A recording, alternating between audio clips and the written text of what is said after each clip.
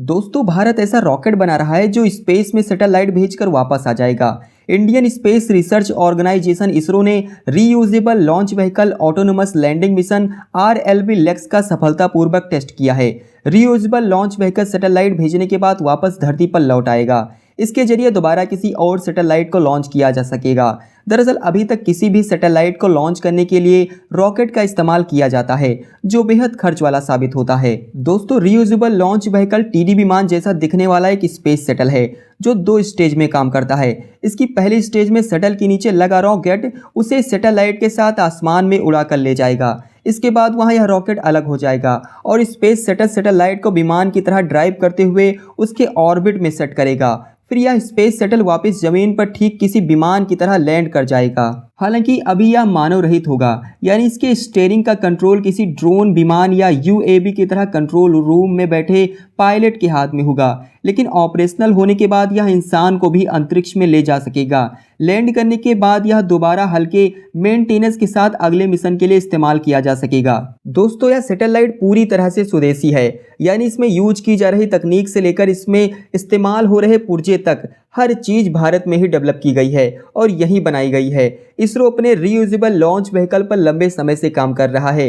ये भी अपने इनिशियल स्टेज में है। रविवार यानी 2 अप्रैल को इसरो ने अपने इस व्हीकल का ऑटोनोमस लैंडिंग एक्सपेरिमेंट किया। ऑटोनोमस लैंडिंग यानी स्पेसक्राफ्ट का बिना किसी मदद से लैंड कर सकना। ये एक्सपेरिमेंट पूरी तरह से सक्सेसफुल रहा। दोस्तों इंडियन एयरफोर्स के चिनूक हेलीकॉप्टर से रीयूजेबल लॉन्च व्हीकल को सुबह 7:10 पर 4.5 किलोमीटर की ऊंचाई तक ले जाया गया। इसके बाद वहां से लॉन्च व्हीकल को रिलीज कर दिया गया।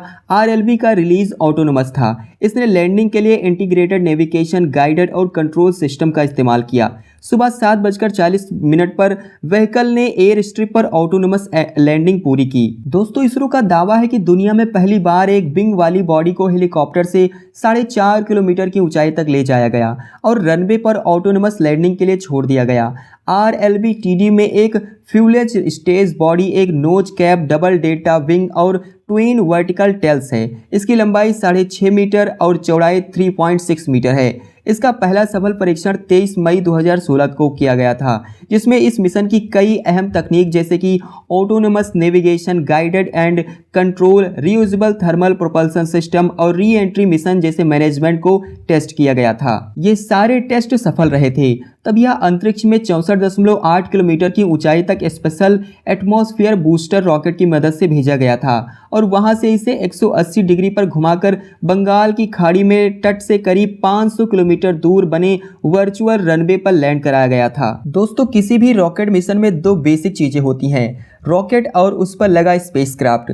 रॉकेट का काम स्पेसक्राफ्ट को अंतरिक्ष में पहुंचाना होता है और अपने काम को करने के बाद रॉकेट को आमतौर पर समुद्र में गिरा दिया जाता है, यानी इसका दोबारा इस्तेमाल नहीं होता। लंबे समय तक पूरी दुनिया में इसी तरह से मिशन को अंजाम दिया गया था। यहीं पर एंट्री होती है रीयूजेबल रॉकेट की। रीयूजेबल रॉकेट के पीछे का आइडिया स्पेसक्राफ्ट को लॉन्च करने के लिए इस्तेमाल किए जाने वाले अल्ट्रा एक्सपेंसिव रॉकेट बूस्टर को रिकवर करना है, ताकि फ्यूल भरने के बाद इनका फिर से इस्तेमाल किया जा सके। दुनिया के सबसे अमीर कारोबारी एलन मस्क की इस कंपनी SpaceX ने सबसे पहले 2011 में इस पर काम करना शुरू किया था। 2015 में एलन मस्क ने फाल्कन 9 रॉकेट तैयार कर लिया जो रीयूजेबल था। इससे मिशन की कॉस्ट काफ़ी कम हो गई। इसे एक उदाहरण से समझते हैं। मान लीजिए आप नई दिल्ली से न्यूयॉर्क का सफ़र प्लेन में तय कर रहे हैं, लेकिन ये प्लेन एक ऐसी टेक्नोलॉजी पर काम करता है जिसका इस्तेमाल केवल एक बार ही किया जा सकता हो। सोचिए इससे प्लेन का सफ़र कितना महंगा हो जाता है, क्योंकि हर बार नई दिल्ली से न्यूयॉर्क जाने के लिए नया प्लेन बनाना पड़ता। दोस्तों इसरो का रीयूजेबल लॉन्च व्हीकल SpaceX से बिल्कुल अलग है। मिशन के दौरान SpaceX रॉकेट के निचले हिस्से को बचाता है, जबकि इसरो रॉकेट के ऊपरी हिस्से को बचाएगा, जो ज़्यादा जटिल होता है। इसे रिकवर करने के ज़्यादा पैसे की बचत होगी। ये सैटेलाइट को स्पेस में छोड़ने के बाद वापस लौट आएगा। इसरो का स्पेसक्राफ्ट ऑटोनोमस लैंडिंग कर सकता है। 1980 के दशक में अमेरिकी स्पेस एजेंसी नासा ने दुनिया का पहला बिंग स्पेस शटल लॉन्च किया था। इसका नाम कोलंबिया था। नासा के पास ऐसे कुल 6 स्पेस शटल थे।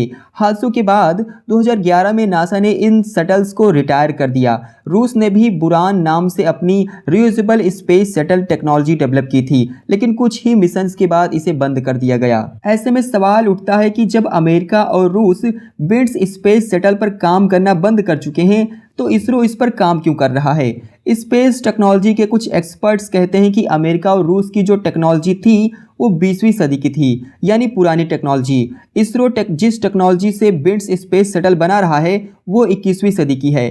इसमें इसरो का शटल अमेरिका रूस के शटल की तुलना में काफ़ी एडवांस होगा। दोस्तों, रीयूजेबल लॉन्च व्हीकल से इसरो को लो कॉस्ट एक्सेस मिलेगा, यानी स्पेस में ट्रेवल करना सस्ता हो जाएगा। सैटेलाइट को कम कीमत पर लॉन्च किया जा सकेगा। ये सभी कयास लगाए जा रहे हैं कि इस व्हीकल की मदद से ऑर्बिट में खराब हुए सैटेलाइट को डिस्ट्रॉय करने के बजाय रिटायर किया जा सकेगा।